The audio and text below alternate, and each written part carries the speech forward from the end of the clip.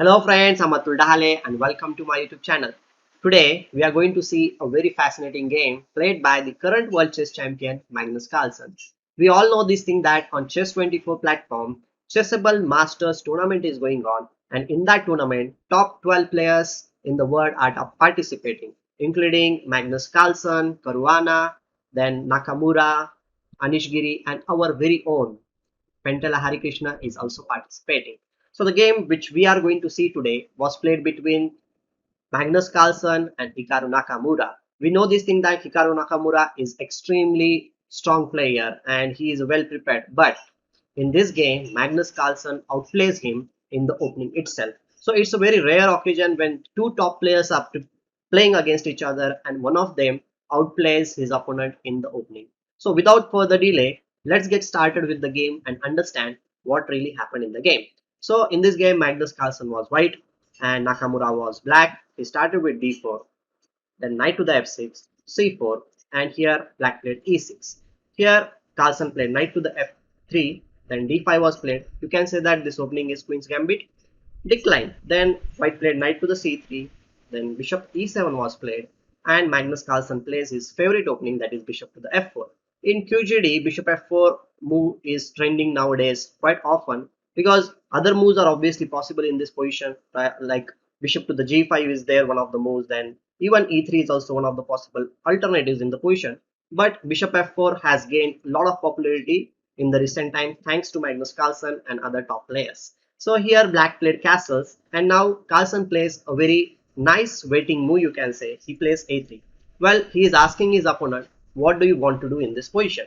Here he is waiting for his opponent's turn because now if d into c4 is played in this position, then white can grab the center with the e4 move. And if he doesn't play like that, if he plays something else like in the game knight bd7, then he has one tricky option at his disposal, that is knight to the b5, and this is what he played.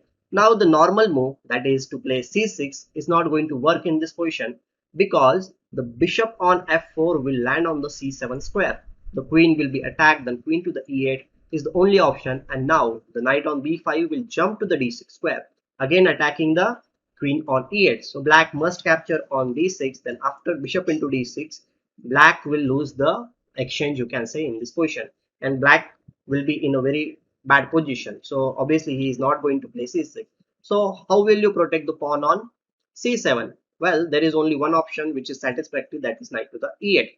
Here, after playing knight to the e8, the pawn on c7 is guarded, and also d6 square is also guarded. And on the next move, okay, on the next move, maybe you can play c6 and dislodge this knight on b5. Here, white calmly played e3 in this position, and after e3, black played d into c4. Obviously, c6 was one of the options, but actually this will help white because white will be coming back to the c3 squares and he will be very happy to come back on the square where he started. So d into c4 was played there, played by Nakamura, and after bishop into c4, here in this position c5 was played, and this is the novelty in this game. Now you can say that the game like which we are going to see is completely new.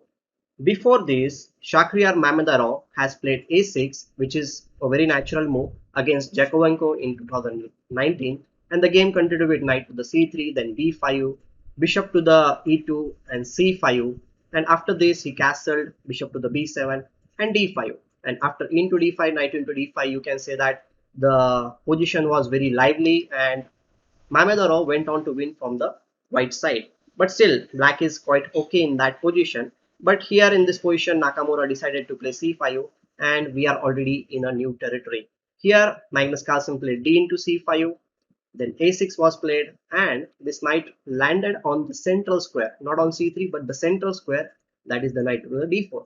And we should always know this thing that whenever it is possible for us, we should always try to centralize our pieces, especially the knights. Okay, so here black has several options, like he can play knight into c5, bishop into c5, but he chose to play bishop into c5, and here white just castles. Now you can say that black is also having a very natural move, that is b5, and if this bishop moves anywhere like bishop to the d3, then we can play bishop to the b7 and black will be having a very fine position. But there is a problem in this position.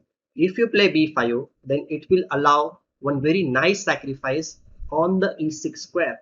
Yes, bishop into e6 is a very nice move. Then after f into e6, knight into e6, this knight is attacking on bishop, queen, and also the rook. So you can say that this is a family four.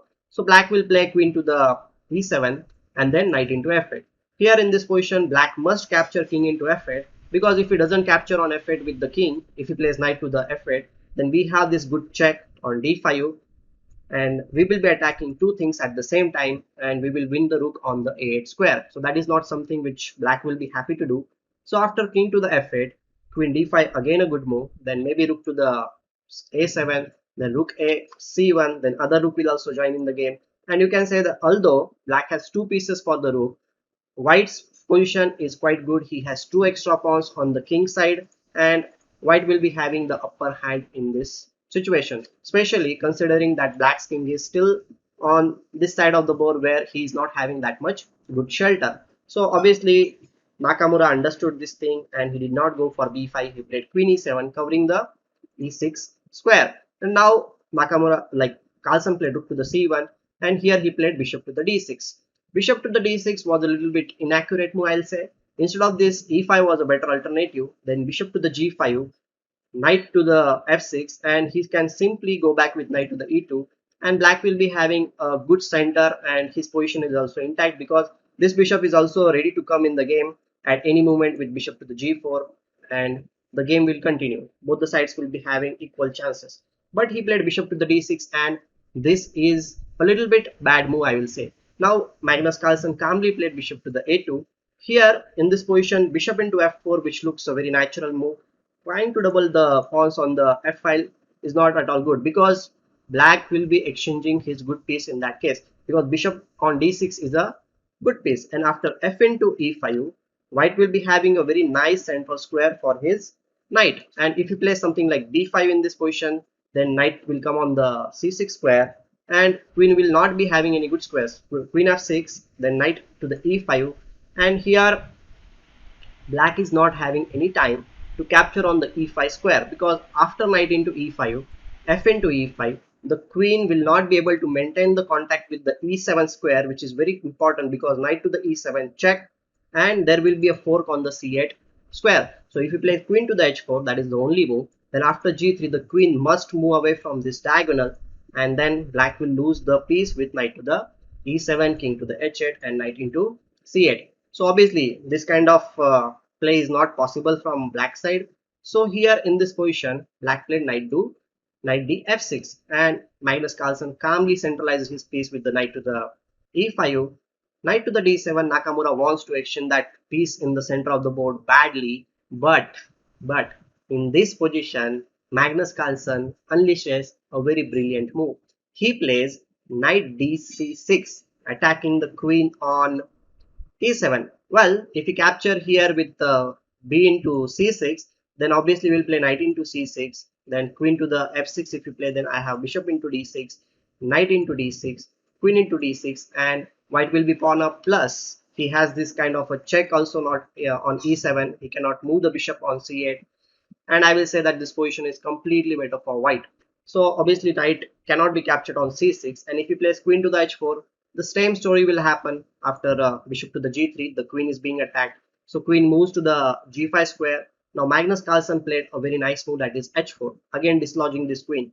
So queen went to the f6 square. If he goes to the h6 square, the same thing will happen like in the game. He will play knight to the g4, attacking on the d6 square, the d6 piece. If queen h5, then bishop into d6. If knight into d6, then we can give knight e7 check. If king h8, and now queen into d6. There is no time to play queen to the g4, because knight into c8 will be played, and white will be having a great position, because after rook into c8, queen into d7, white will win the piece in that case. So obviously this is not something which black can go for. So here in this position, after h4, black played queen to the f6. With the same result, Magnus Carlsen played knight to the g4. We know that the idea of capturing on d6 followed by knight e7 check and knight into c8 is there on the line. Here black played queen into b2, trying to grab some material, but this will not help him, because after bishop into d6, he played b into c6.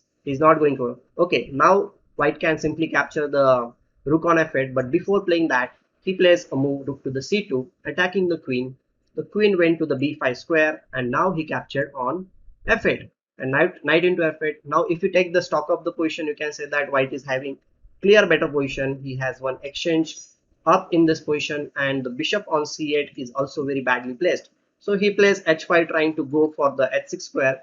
Here obviously black can capture on h5, but that will give him some chances with queen to the d4, and the knight is also coming on the central square, that is the e5, and white will be having good control on the position. So he did not play queen into h5, he played h6 in this position, and now queen to the f3, attacking the pawn on c6, and Nakamura played queen to the h5. Well, this move is little bit bad because the queen on h5 is always hanging, and there are threats with the knight to the f6 check in the air. And here, okay, white played queen into c6, attacking the knight on e8 plus the rook on a8, and here he defended the rook with knight to the c7. Obviously you can play queen into c7, but that will allow queen into g4. So Magnus Carlsen did not wanted to do anything like that. He played queen to the f3, renewing the threat of knight to the f6 check, and the queen on h5 will be lost. Okay, he played, and another thing is that rook is also threatening on c7. If the knight moves, then queen will be capturing the rook on a8. Okay, he played knight to the d5, blocking this diagonal and also covering this f6 square. But now Magnus Carlsen plays a very simple move, e4, just attacking the knight. If the knight moves anywhere, let's suppose knight e7, then we have this knight f6 check, and the queen on h5 will be lost. In that case, that is not something black will be happy to do. So he tried his last chance with playing e5, trying to get this bishop out of the equation with bishop into g4 or queen into g4. But Magnus Carlsen played a very simple move, bishop knight to the h6 check. He's not going to give up the knight just like that. And well, in this position Nakamura resigned, because even if he plays queen into h6, we have this bishop into d5 move. The rook on a8 will be hanging. In that case, if you save the rook somewhere, then the queen will capture the f7 pawn. Plus you cannot even support the pawn on f7 because rook into c8 is there, and you will lose the bishop on c8. So in this completely, you can say, very difficult position, Nakamura decided to resign the game, and we can see the domination of the world chess champion Magnus Carlsen in this game. He completely outplayed his strong opponent Hikaru Nakamura, who is the US chess champion also and one of the top players in the world. So I hope you enjoyed this game, and if you like it, do share with your friends. If you are not subscribed to my channel, do subscribe. And one more thing, you can support my channel by donating in a small way as a token of appreciation. The links are there in the description. Thank you very much for watching the video. We'll meet in the next video very soon. Thank you.